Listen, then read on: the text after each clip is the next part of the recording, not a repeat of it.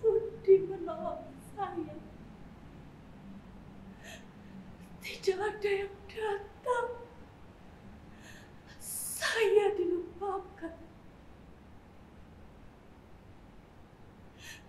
Sudah berapa lama saya di sini? Tidak tahu. Sudah berapa lama saya disiksa macam binatang? Saya juga tidak tahu. Apa saya binatang? Apa dinding ini? Hanya ada satu jendela berjeruji besi. Jauh di atas sana. Tembok yang tebal. Tidak ada perabotan. Hanya tikar dan bantal. Bahkan tidak ada selimut.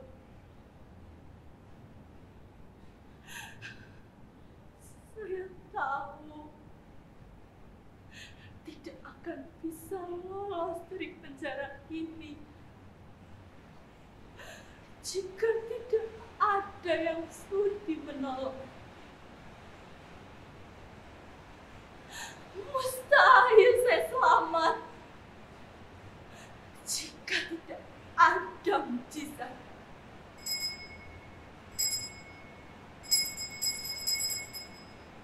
Mudasir, Mudasir,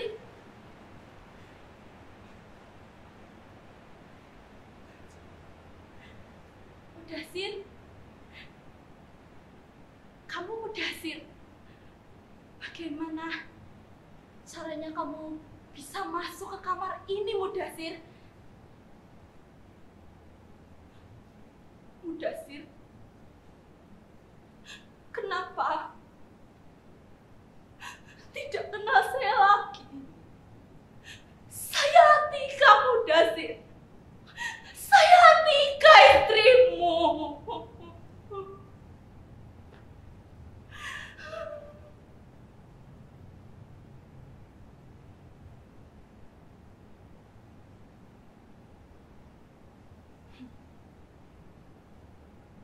Mudasir, dulu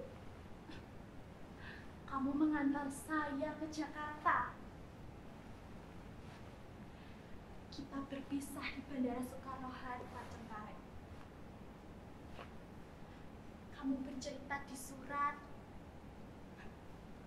Setelah mengantar saya, kamu langsung pulang ke kampung untuk mengurus sawah.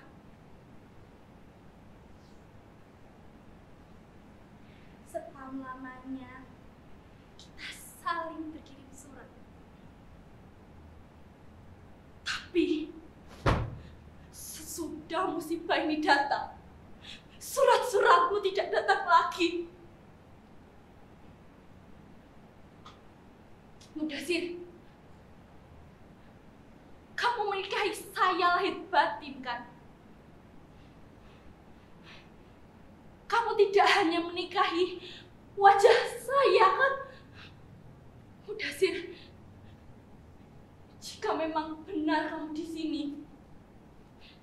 tolong saya, keluarkan saya dari sekapan ini.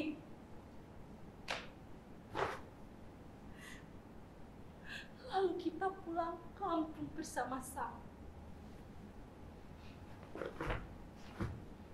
Tidak perlu melapor pada polis Raja Diraja. Tidak ada gunanya melapor kepada Menteri Tenaga Kerja. Kita warga negara Indonesia, bukan Filipina. Beruntunglah mereka yang berasal dari Filipina.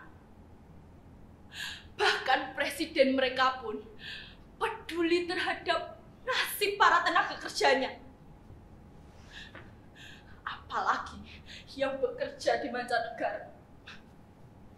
Mudasir, ini kenyataan. Kita bina binatang penghasil devisa negara. Sebutan pahlawan hanya slogan, bukan kenyataan. Hanya hayalan para birokrat yang baru saja menduduki kursi jabatannya. Agar apa? Agar terlihat bekerja di mata atasan dan memiliki kesetiakawanan terhadap sesama warga negara. Sudahlah Mudasir, berbicara tentang penanganan kasus TKW seperti saya membuat dada seketika sesak. Lebih sesak lagi dada kita, karena kenyataan yang terang benderang itu tidak pernah diakui sebagai kenyataan. Mengapa? Karena mereka malas menanganinya. Tidak sudi tangan kotor dan energi dihamburkan. Iya, karena tidak ada uang. Lagi pula, perlu kemampuan diplomasi agar para pejabat kita lebih dihargai oleh diplomat asing. Tapi kenyataannya, pejabat-pejabat kita lebih sering jadi bahan tertawaan diplomat-diplomat asing. Karena dianggap malas dan bodoh. Tapi sok pintar. Problem bahasa pun jadi hambatan. Mana bisa memenangkan perkara jika pembahasan dilakukan dengan bahasa Tarsan. Sebelum mulai, sudah kalah lebih dulu. Akibatnya, kita yang akan selalu jadi korban. Bahkan dikorbankan.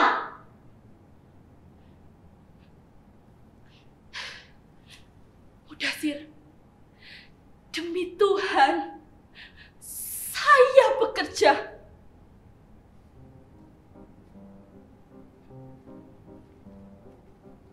Saya mendapat upah karena saya bekerja. Saya bukan pemalas, Mudasir. Saya bangun sebelum subuh. Saya menyapu, mengepel, bahkan mengelap perabotan. Saya juga mencuci, menyetrika, memasak, bahkan mengurus tanaman.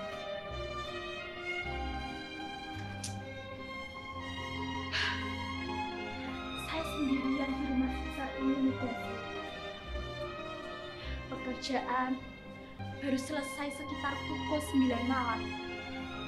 Itu pun tidak selalu begitu. Jika ada tamu, saya juga yang harus melayaninya.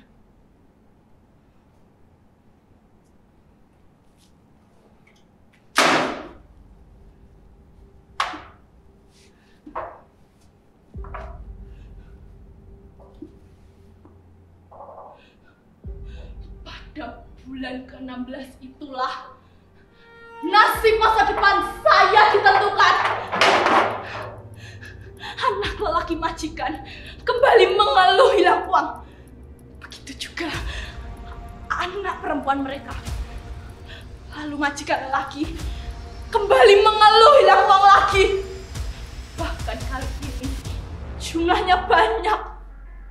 Sayalah itu.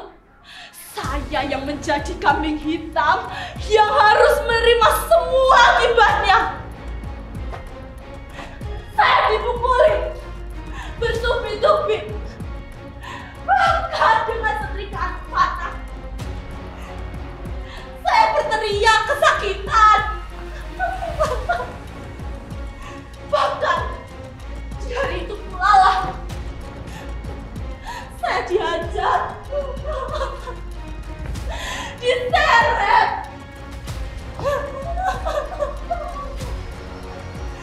bahkan disekat di kamar tidur.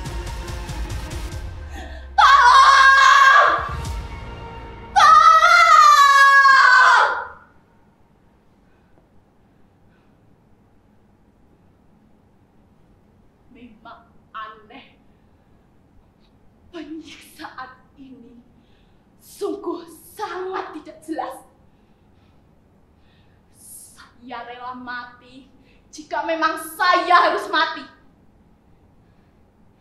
Tapi saya wajib menceritakan dulu apa yang sudah saya alami. Entah kepada siapa. Ya kepada siapa saja yang mau mendengar.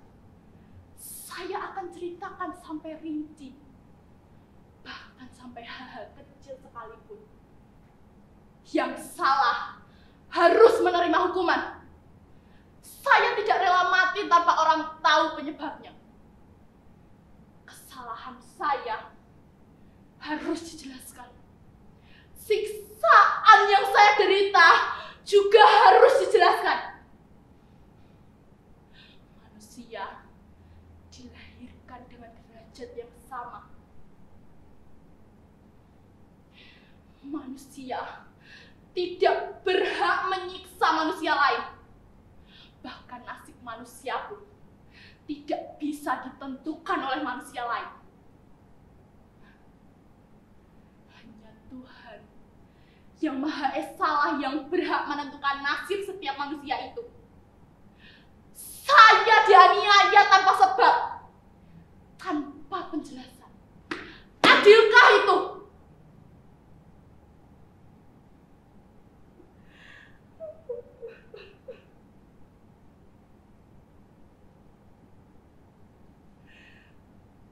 Terus terang, saya lelah meminta tolong. Entah sudah berapa ratus kali saya sudah meminta tolong dan tidak ada yang menolong. Apakah ada yang merasa kehilangan saya? Sehari, 2 hari hilang, itu bisa dimaklumi. Tapi sebulan, itu seharusnya sudah bisa membuat masyarakat curiga. Bisa saja telah dianggap terjadi pembunuhan.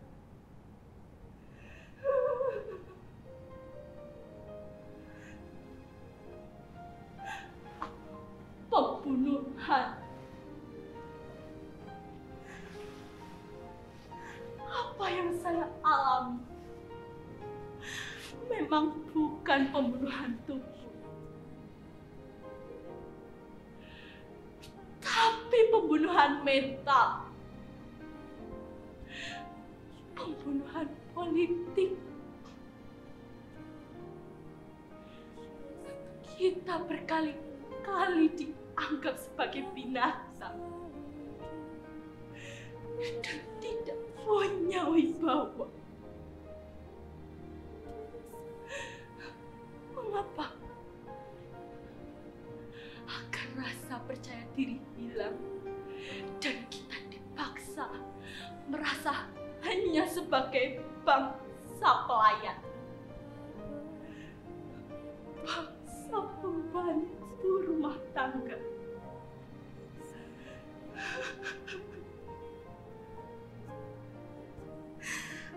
Tidak ada lagi kebanggaan karena negara kita lebih kacau dan lebih miskin dibanding negeri jiran yang kaya raya itu. Kita berkali-kali dilecehkan tanpa sanggup membela diri. Kita juga sering diabaikan, bahkan jadi bahan tertawaan.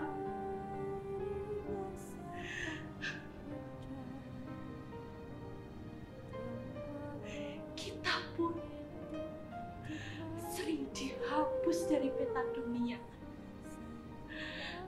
tapi kita tidak pernah merasakannya.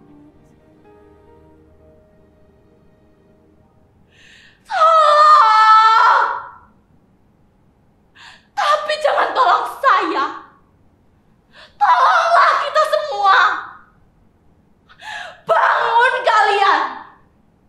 Kita sedang berada di pinggir jurang. Tolong!